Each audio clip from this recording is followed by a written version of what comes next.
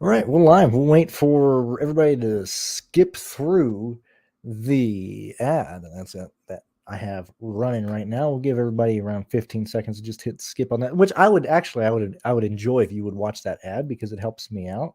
But I understand that people are not just gonna sit through that ad. Um, if you've been in the Discord and if you watch my video, you already know how I feel about the slate. I'm only making one line. I'm playing very, very little here. And it's not because this isn't a fun slate to build lineups for. There's a lot of builds here, and I'll go through that. Give me about 5 minutes to go through, not a little rant per se, but what I envision happening here. And so nothing's really changed since I did my video on yesterday, actually related to the truck series, because um, personally, I'm playing Kyle Busch in my one line. If John Hunter Nemechek has a faster car, by all means, you know, good on you, John Hunter. Not going to overthink that. So let's go and look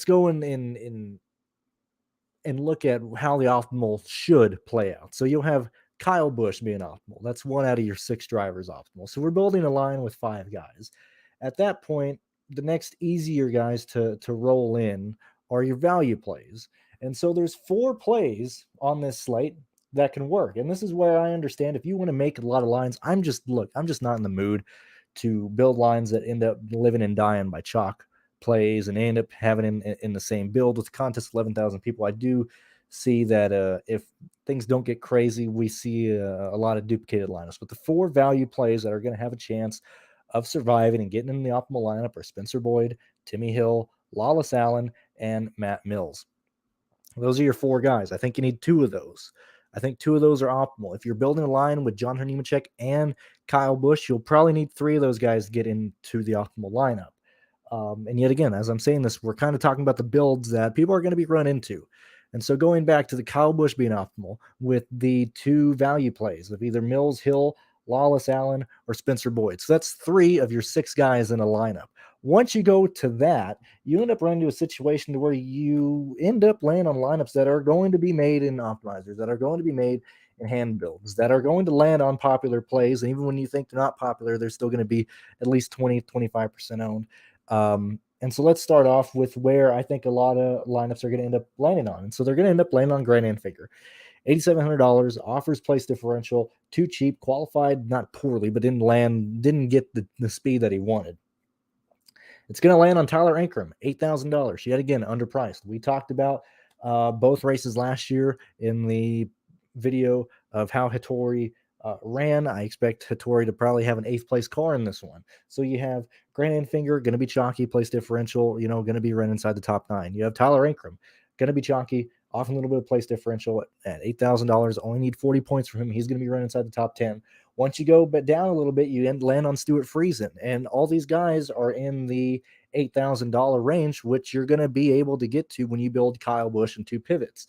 And so you go Grant and Finger, and most likely 2 of those guys, I do believe, are going to be a popular build. So you go Kyle Busch, 2 value plays, and then 2 of Grant and Finger, Tyler Ankrum, or Stuart Friesen, or at least one of those guys. And then you end up, having to depend on what build you're at. You end up in the 6K ranges. You end up being able to afford Austin Wayne Self because you kind of just land on him. You end up putting in Kaz Gralla because you kind of just land on him. You end up putting Todd Bodine, which I would not play. From what I'm seeing, people are going to play Todd Bodine. I'm not playing the onion here.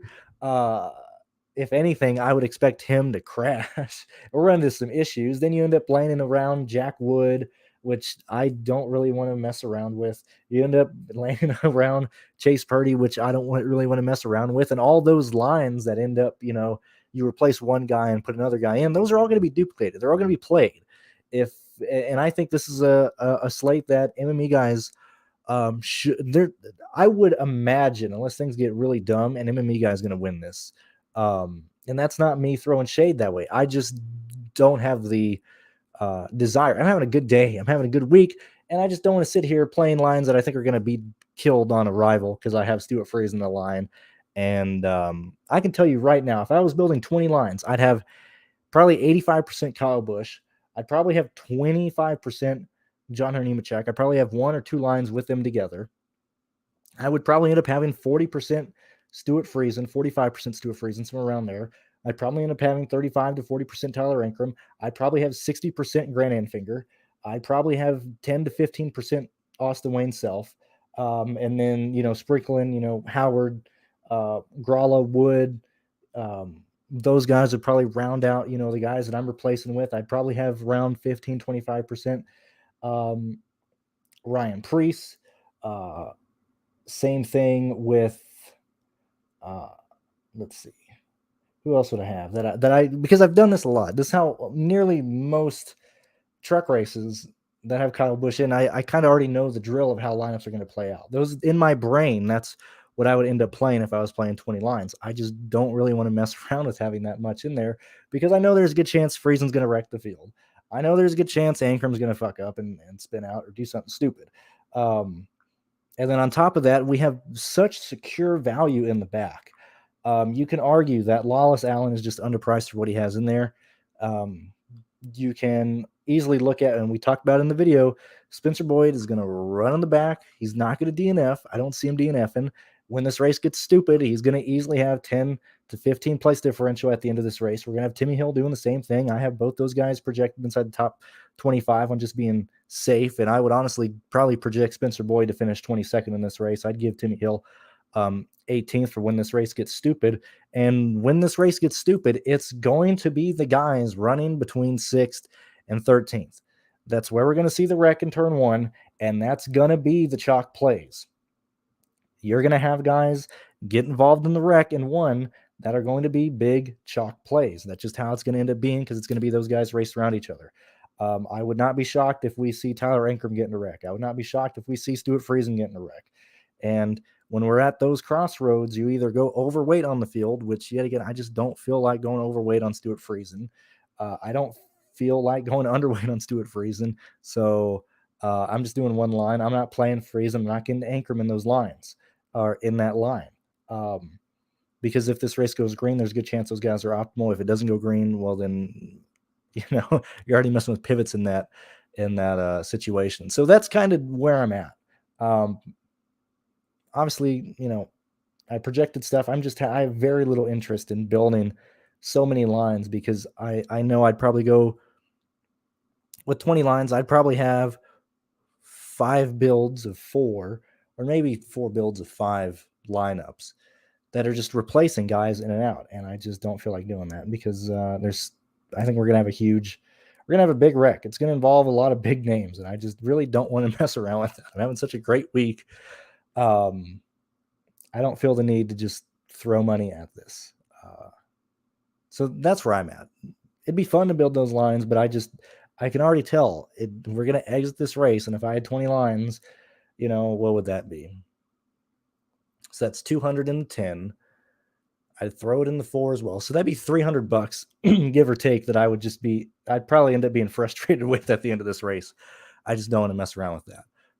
So now that I've kind of given that out, we'll kind of go through these questions. I don't know if Pierce is going to join. I gave him the link, but he is working on pulling the data from the Xfinity qual, which shout out. I know we'll get to Trexer. Shout out to Star. Unbelievable. Got out queued by a Mike Harmon machine. Shout out to Awuji for still being Awuji. I got it over here. I'm watching it. I'll deal with Xfinity after the truck race tonight. Anyways, let's get back. So how many punt plays in your line? If you're playing Kyle Busch and Nemechek, you're most likely having 3. Most lineups, depending on how you go and if you consider Austin Wayne Self. If you consider Austin Wayne Self a value as well, I think nearly every line is going to have 2 punt plays. I'm not going to, yet again, Austin, are you kidding me? I don't want to deal with a chalky Austin Wayne Self.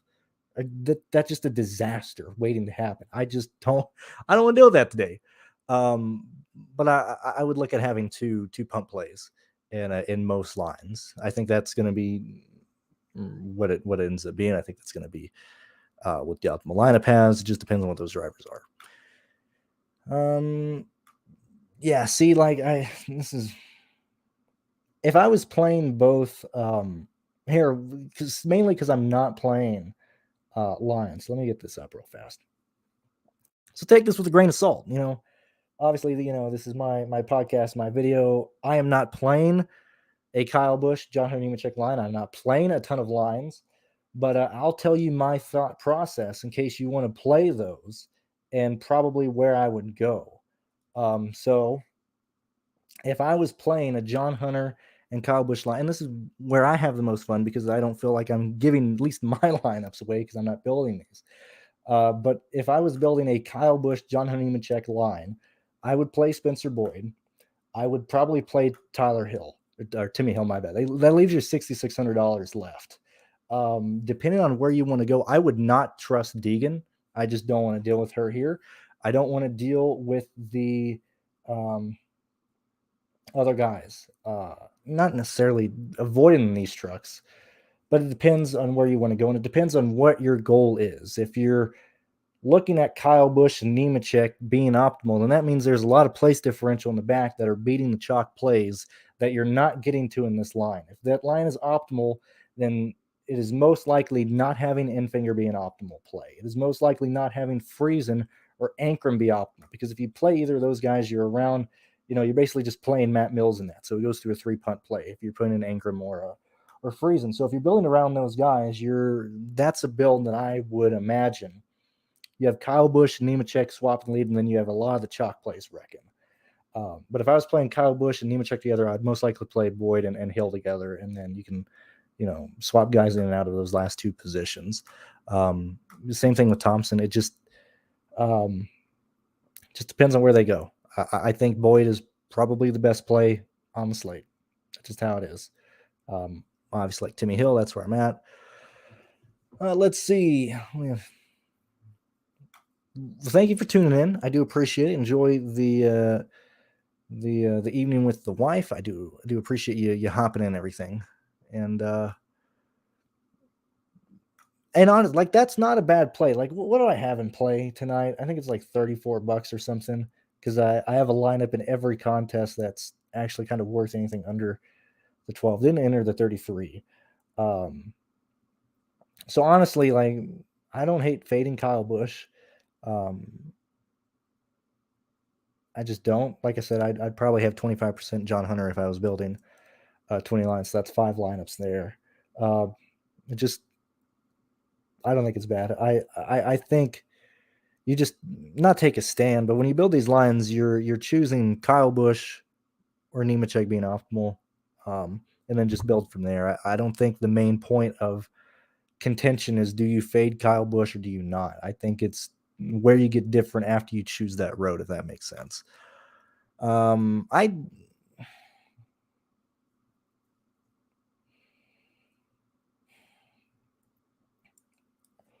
My favorite pivot is probably trying to get off of builds that people are getting to.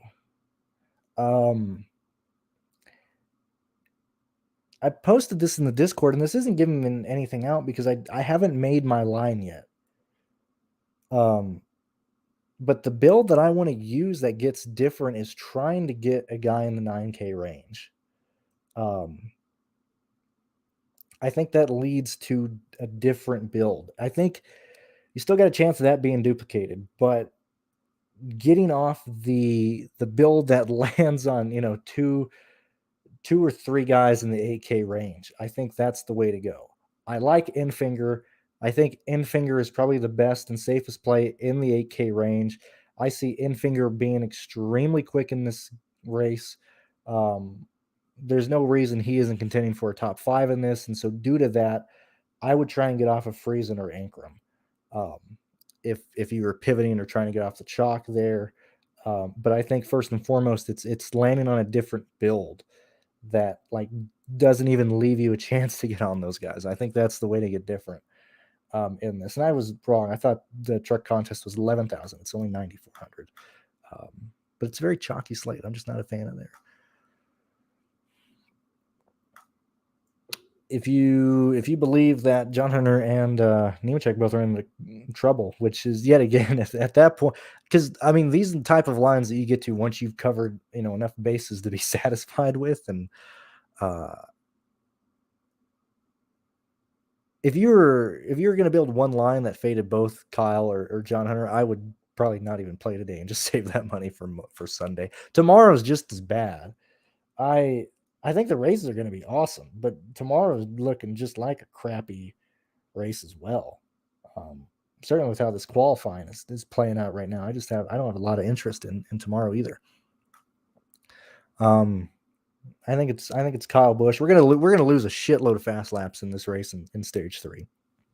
I believe we're gonna have around 8 lap runs in stage 3, and so that's taking away fast laps, and it leads to whoever's leading between Kyle Busch and John Hunter. And that's my main reason of why I would maybe have 1 or 2 lines that have Kyle Busch or Nemechek in it, because we're going to lose those fast laps. If this race is going to go green, hell yeah, I'd lock them both in, honestly. But I don't see it going green. We're going to lose those fast laps. That's my main concern there. What is this thing? Let's see. Practice. Let me load this real quick. And man, if you're DeBenedetto, you got race speed, which is very, very funny that he said that. And so same thing with Friesen. Like, Friesen messed up his qualifying lap. Everybody saw him get loose on his qualifying lap. Everybody knows Stuart Friesen should have qualified around 9th or 10th. And so everybody's going to see him. I hate Chalk Friesen. I'm not playing Friesen. I'm not playing Anchorman. I hate when those guys are chalk. This just screams a race where Friesen is like, oh man, I messed up on my Q lap. I know I got a top 10 car. Todd Bodine's got a good car too. We got to show up, guys. We got to race. And then, you see Friesen running 8th, with 4 to go, forcing it in or getting loose or something. And I'm just not into Friesen. That was not the question related to practice. Kyle Busch has the best car, or actually, hold on. He has the second best long run car, and really because you're like, oh, Brandon, only like 12 guys ran a 10 lap run. Well, when you have the guys that matter running that, you have Chandler Smith being the fastest, actually. You have Kyle Busch being the second fastest. You have John Hunter Nemechek being third fastest. It's a battle between those 3. I don't think Chandler Smith has it to pass either one of those guys.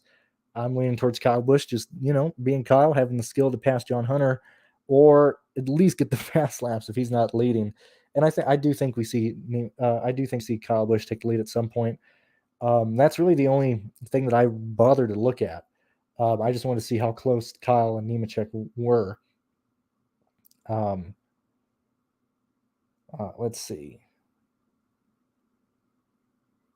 Crafton, I'm not playing Crafton. He's probably my favorite play on Prize Picks. Honestly, I like the under on him. It was interesting seeing him run 5th fastest in practice, which, yet again, I don't really like this when they have these 2 groups, because not everybody's on the track at the same time. And I'm not saying practice was always like that, but you run into like a mess up in the mojo of, like, guys getting out there, like Kyle Busch, for example, was in the second group that went out. You see the guys go out, you're basically just sitting there waiting. It's not everybody has the same opportunity. I don't know. Maybe that's like a rant that I'm just wasting time with. Derek Kraus basically hot lapping 4th. That's not good. Outside of that, I'm not really seeing much from practice here. Especially when Friesen ran. I mean, Friesen has top 8 speed. Stuart Friesen on paper is optimal. Stuart Friesen on paper is 7th, is 6th, somewhere around there. And I just don't want to play that. That's really the main takeaway from practice. And that's so Galaxy Brain. That's so, am I fading him just because he's highly owned? I want to tell myself I'm not, because I do believe Friesen runs into trouble. But maybe that's really what it is, because Friesen has a bad fast car. If Friesen should be close to 40% owned, to be honest with you, just how the builds are going, just how everything is there. That's mainly my main takeaway from practice. I don't believe so. I think lineups that have both of these guys in there will probably be, you got 9,000 lineups, maybe 800 of them have them paired together. I think that's what I would look at. That I'm not playing any. I'm not worried about that. We'll talk about this in terms of fading based on speed. I don't want to play Josh Reaume with Loris being in that car. I just think there's better. Actually, I can bring this up and answer that in a better way. Hold on a minute. I can answer that based on salary. I'll go through the little salary range of just guys that I just. Oh crap! Did I just hit paste there? Yeah, I did. Oopsie. Give me a second here. Boys and girls, and I will go over salaries of guys that I don't like. Or let me just sort this by salaries and by my projections.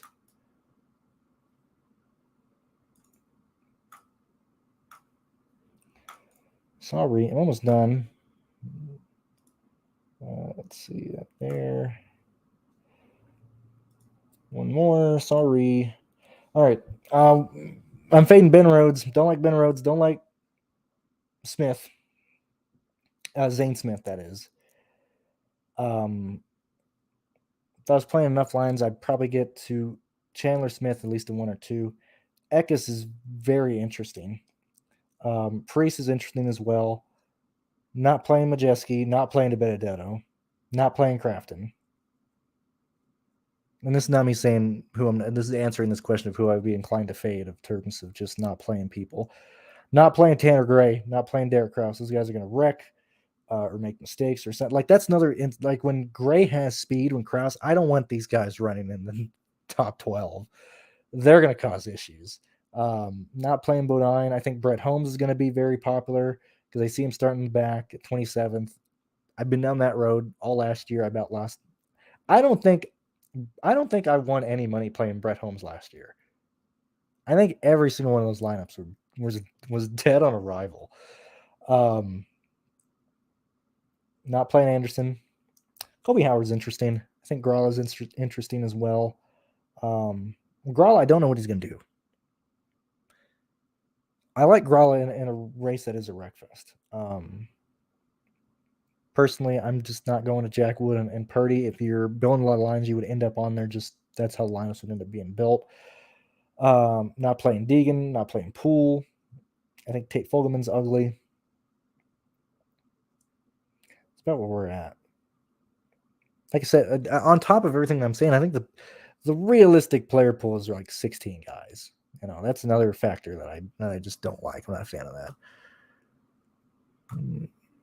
Good luck, Dave. I'm sure you're hoping that Kyle Busch and John Nemechek's cars end up being well done. If you know what I mean. Maybe they end up catapulting each other into the catch fence, screaming "Go low, go low." But that's what you need to happen to Dave. You know, leave it to me. I can't even. What is it? I lasted 21 minutes without making a Dan Weldon joke. Let's look at Tanner Gray real quick. Let's see. I've removed him from everything. Let me look in terms of where am I? Where's my stuff at? Let's see.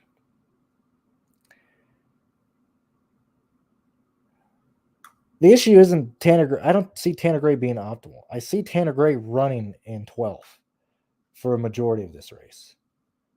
Where are we at? Tanner Gray. Tanner Gray, 7th on the speed chart. 5 lap averages, he's 2nd. Tanner Gray is going to have speed. Tanner Gray is going to be racing in this race. And this is how I envision things. I envision Tanner Gray make it to the end of the race. We got 7 laps to go. Tanner Gray is running in 8th somehow. We got Stuart Friesen in 9th somehow, and they kill each other. Like that's just how it is. No, I don't like Crafton. I would actively fade Crafton if I was building a lot of lines. I would not touch Crafton. I just don't see it happening. I don't see it happening, man. What is that? If you give him 5th, it's 41 points, like 41, 42 points. I have Crafton. I think that was my first run. I kept him at 7th. And I was like, no, he's going to fall back. I have him at 10th right now. I don't see Crafton doing anything. I don't see him doing anything. RFD. Am I an idiot? What are you talking about? I'm an idiot. I don't know what you're referring to. Let's see. Oh boy, ranking. I mean, Ankrum is by far the best play in that, and they probably go Hocevar and then Kraus and then Gray. Actually, well, Gray's the worst, but I mean, see, Ankrum is just on paper. Ankrum's such a great play. I see Ankrum being chalk. I see Stuart Freeze being chalk, and I see a chalk. Let's talk about a lineup that you do not want to play. I mean, you and about 17,000 people are going to play this lineup, and we won't mention the value plays here, but it's going to be Kyle Busch. It's going to be where we at? Hold on a minute, I got to find these guys. It's going to be Kyle Busch, Grant Enfinger, Tyler Ankrum, Stuart Friesen. Welcome to Purgatory. Welcome to an absolute horrible evening. Kyle Busch, Enfinger, Ankrum, Friesen, all in a line. Going to be very popular. If I would imagine that's going to be in a lot of cash lineups. It's going to be a lot of tournament lineups. And certainly 3 out of those 4 drivers are going to be in a majority of lineups tonight. That is not a good time. And like I said, that's what I mean. If I would build lines, it would end up most lines. If I went 20 lines, 12 of those would have 3 of those guys in each line. That is just not fun, man. That it would just be a absolutely frustrating evening. Because look, Friesen, I wish I ran. What is this right now? This is my condensed player pool. We have the optimizer or the MME tool 1, 2, 3, 4, 5, 6, 7, 8, 9, 10, 11, 12, 13, 14, 15, 16, 17, 18, 19, 20, 21, 22, 23. I'm running the MME tool with 23 guys. It's given Grant Enfinger 54%, Tyler Ankrum 51%, Stuart Friesen 51%, Austin Wayne Self 53%. Now that's not the ownership projections. That's just what my pool would have in terms of 150 lines, and so I would imagine bump that down around 10% for the Fields ownership. Somewhere around Enfinger probably being owned around 37%. I think Ankrum's going to push high 30s. Stuart Friesen's going to push high 30s. Austin Wayne Self's probably going to be around 28% owned. I just don't. That'd be a terrible, terrible time. And so, see, this is terrible. You might as well just drink bleach. If you pivot off of Friesen and Ankrum and you go to Kraus and Hocevar, that's almost worse. That's. I don't like the slate. I don't really just feel like losing money. That's what I mean. There ain't no way I'm leaving that much money on the table. I don't see that realistically working out. I mean, that is a way to get different, but I realistically I don't see the optimal leaving that much on the line. No, I assume you're new. Because that's a terrible strategy. For races outside of plate races. Let's see. Continue on. Carson top 5. We are.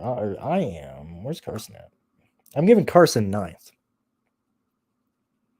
Carson is a guy in my mind that does lend himself to performing better when Ankrum, when Friesen, when those guys wreck out. But I just don't want to deal with that. Let's see. Right, exactly, man. We want more crashes. We want more wrecks, and we're gonna get them tonight. And Jason, we talked about that when the thing first started. There's 4 value plays that I think realistically does have a chance. And you got to play 2 of them, I believe. That's Lawless, Allen, Matt Mills, Timmy Hill, and Spencer Boyd. That's where we're at. If you count Austin Wayne Self in there, yeah, but it's not a wreck fest. Like when we look back and here we'll even bring up. We talked about this in the podcast. Well, let me bring up Racing Reference real quick, and I'll show you what I mean. It's not necessarily like every guy in the back is going to gain a ton of positions because my Chrome has just been freezing like crazy. I gotta get a new computer. But the guys in the back are not going to work their way into the top 10. They're not going to work their way in the top 15. Like Timmy Hill is going to survive the wrecks. He'll finish anywhere from 23rd to 18th. We're going to see Spencer Boyd finish anywhere from 26th to 20th. That's not going to be optimal. They're great value plays, but it's not going to work out. Let me bring this example up. And I don't even think it's going to be this extreme. We'll bring up the spring race because the fall one got really crazy with a ton of guys running into issues here. Man, God dang it! The first race had stupid chalk plays coming through left to right. Well, where did these guys start? This is what I mean. Like, so in the spring race last year, we had 1, 2, 3, 4, 5, 6, 7 cars DNF. Now, granted, this is with a 40-car field. Spencer Boyd started 33rd, finished 22nd. We don't even need him to do that good tonight. Just get to 26th, Boyd, and I think he can do it. You have BJ McLeod, start 39th, finish 26th. Just right in his own race, doing what he needs to do. Jennifer Joe Cobb, 34th to 29th. When you're in that value range of low 5 to 4K, that's what we're looking for in terms of these guys wrecking and stuff. Like, that's why I don't want to stack from the back. And God, I just hate this. I hate this line so much. I hate this thing. Like Ankrum, you want to talk about PTSD? Ankrum, spring race last year, starts 16th, gets in a wreck, finishes 34th. Where is he starting in 9th? We got good old Tyler Ankrum starting 14th. If that isn't a spitting image of the spring race, I don't know what is. And you got Friesen starting 17th, spitting image of Ankrum there. Let's take a gander at the fall race again, because the fall race had a lot of the playoff guys getting involved in that wreck. So we have Jack Wood starting 20th, finished 30th. Tyler Ankrum again. God bless the guy. He went 2 for 2. Tyler Ankrum started 16th in the fall race, finished 34th. Sheldon Creed started 9th, finished 36th. Like I said, I don't really harp on him too much. He was trying to avoid that wreck, but that's just what I mean. Like, guys run into issues here. That's what I don't like. I already answered that. You can listen to that in the beginning. I think I talked about that like 8 minutes in. Favorite play, 7,400 and below. And thank you guys so much for tuning in on a Friday evening when you guys could be doing so much more. Thank you for supporting us on Patreon. You can get my projections and all the sheets that Pierce works on. You're supporting him. You're supporting us by what we give you, and then you're supporting us by. Let me change that. You're supporting the work that we do. I do appreciate that. Chase Purdy is the answer to that question, Randy. That's where we're at.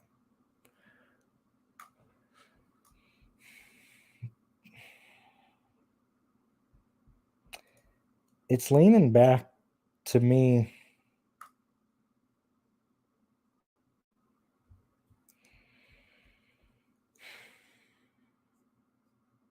The Galaxy brain play that isn't just completely idiotic. I feel like it's Ekis. I think that's where I would probably go.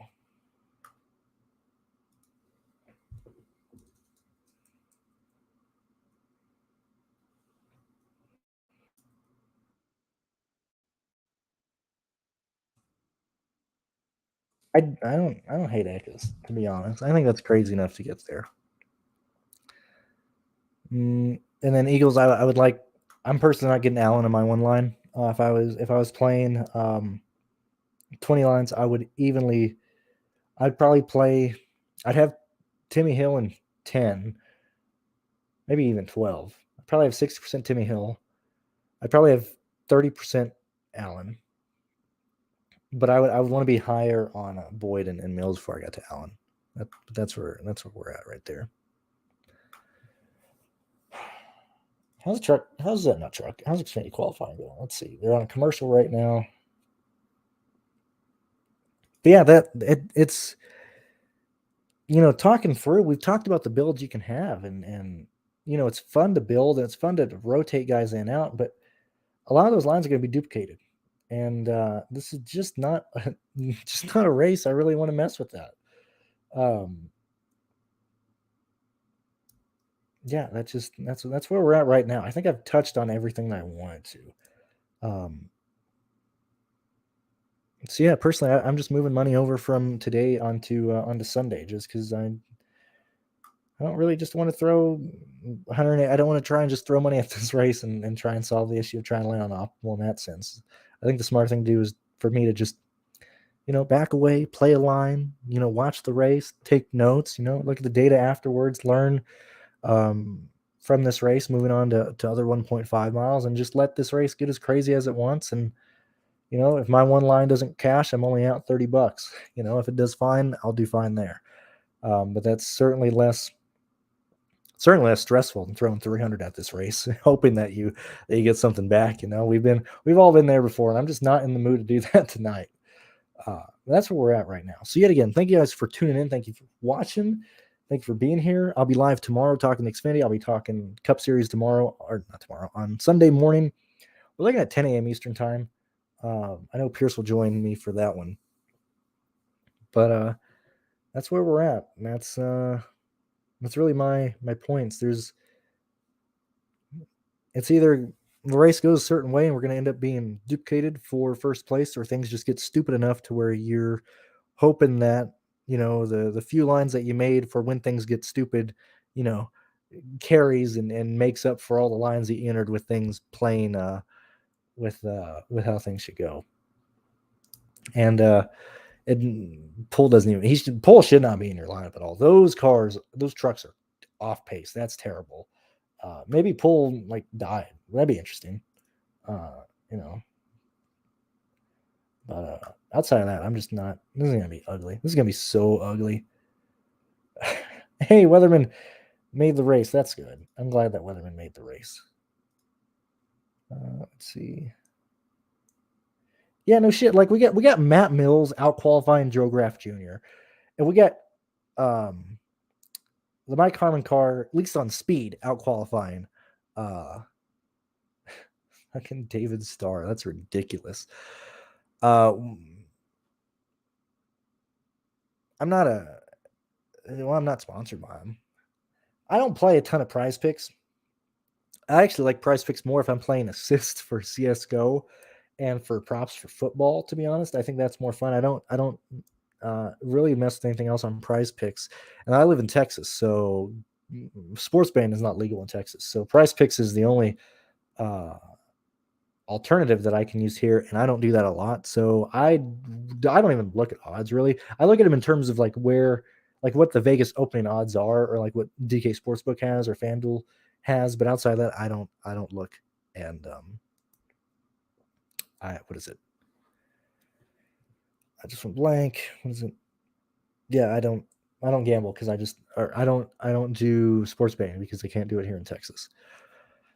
And I hope this is true. That'd be cool. Shout out to people just buying rides now. They can't start in park rides. They just buy people out, which that's not bad because Jaskell I think he is running full time for, what is it, G2C? Whatever that team is, Jaskell is the full-time driver. And Pull is just trying to qualify in. So that's not bad. Yeah, let's see real quick. Yeah, driver change reported. Yeah, Matt Jaskell will replace Brandon Poole, which that's not even bought out Poole spot. That's Matt Jaskell being the primary driver for that team.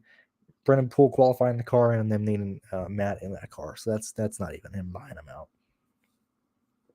Jaskell's car was not set up right. You saw so much. You saw all the sparks flying off. That's gonna be, man.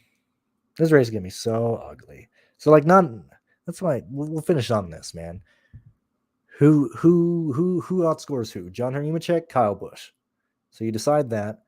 Then you decide what chalk plays you play, which ones you don't.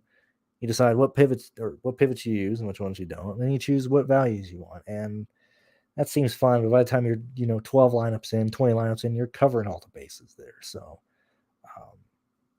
and there's a good chance this is one of those races to where I typically like to have all my lines that I build either not cash or cash and kind of perform similar. This is a race where I would have lineups that end up finishing dead last and hopefully up front, and it's going to be all spread out, and you're just hoping that the lineups that finish well, carry that money that you put into everything else. And yeah, we're gonna finish it there. I think we talked long enough. We'll let people kind of watch some replay before the Truck Series race starts, and we'll see you guys tomorrow. So thank you for tuning in, and thank you for supporting me, supporting peers, watching, liking the video. Thank you for subscribing, and yeah, we'll see you guys later.